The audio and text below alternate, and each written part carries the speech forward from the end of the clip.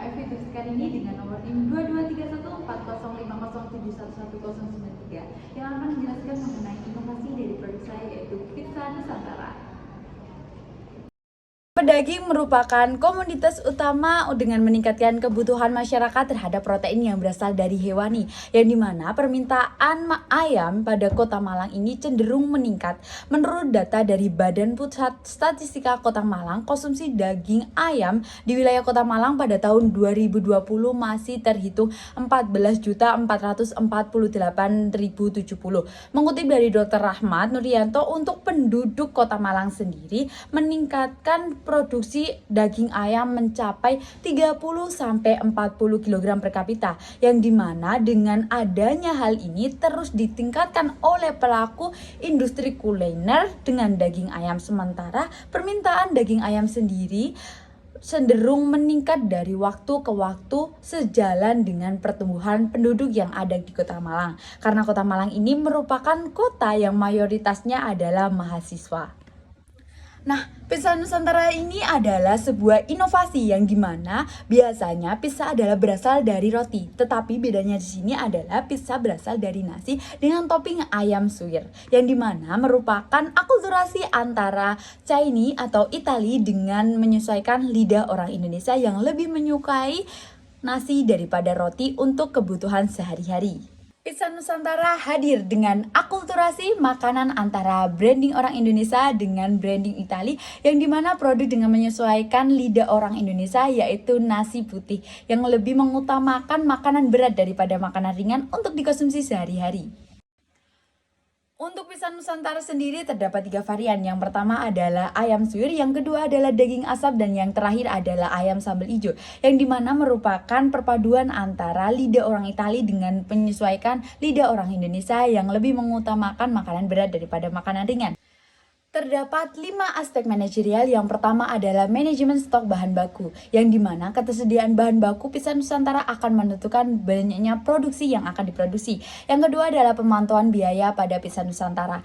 Biaya pembuatan pizza Nusantara ini harus dikelola dengan benar, termasuk biaya bahan baku, biaya gaji karyawan, dan lain sebagainya. Yang ketiga adalah kualitas produk. Di sini kita akan menyesuaikan kualitas produk. Yang keempat adalah manajemen operasi, dan yang kelima adalah penjualan dan juga pemasaran yang akan meningkatkan branding dari pizza Nusantara itu sendiri.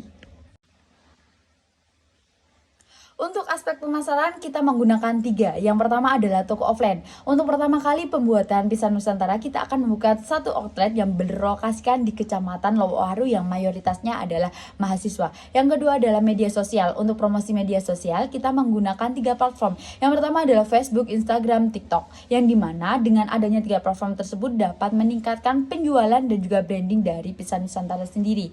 Yang terakhir adalah kita akan membuka kemitraan dan juga sponsorship, yang dimana kita akan bekerja sama dengan beberapa event yang ada di Kota Malang, dan juga kita akan membuka kemitraan bagi para pencari kemitraan. Dengan adanya hal itu dapat meningkatkan branding dari pizza Nusantara dan meningkatkan penjualan. Untuk aspek sumber daya sendiri, di sini adalah sumber daya manusia, yang dimana dengan pembuatan pizza Nusantara ini kita membutuhkan SDM yang mencukupi. Yang kedua adalah sumber daya keuangan, yang ketiga adalah sumber daya teknologi, dan yang terakhir adalah sumber daya waktu. Karena apa? Karena pembuatan pizza Nusantara ini adalah membutuhkan waktu yang relatif lebih lama dalam mengelola, mengirim produk mereka, dan dimana bisnis ini harus memperhatikan pengaturan jadwal yang efisien dan juga memberikan layanan yang cepat sehingga memuaskan kepada konsumen yang akan membeli pizza Nusantara itu sendiri.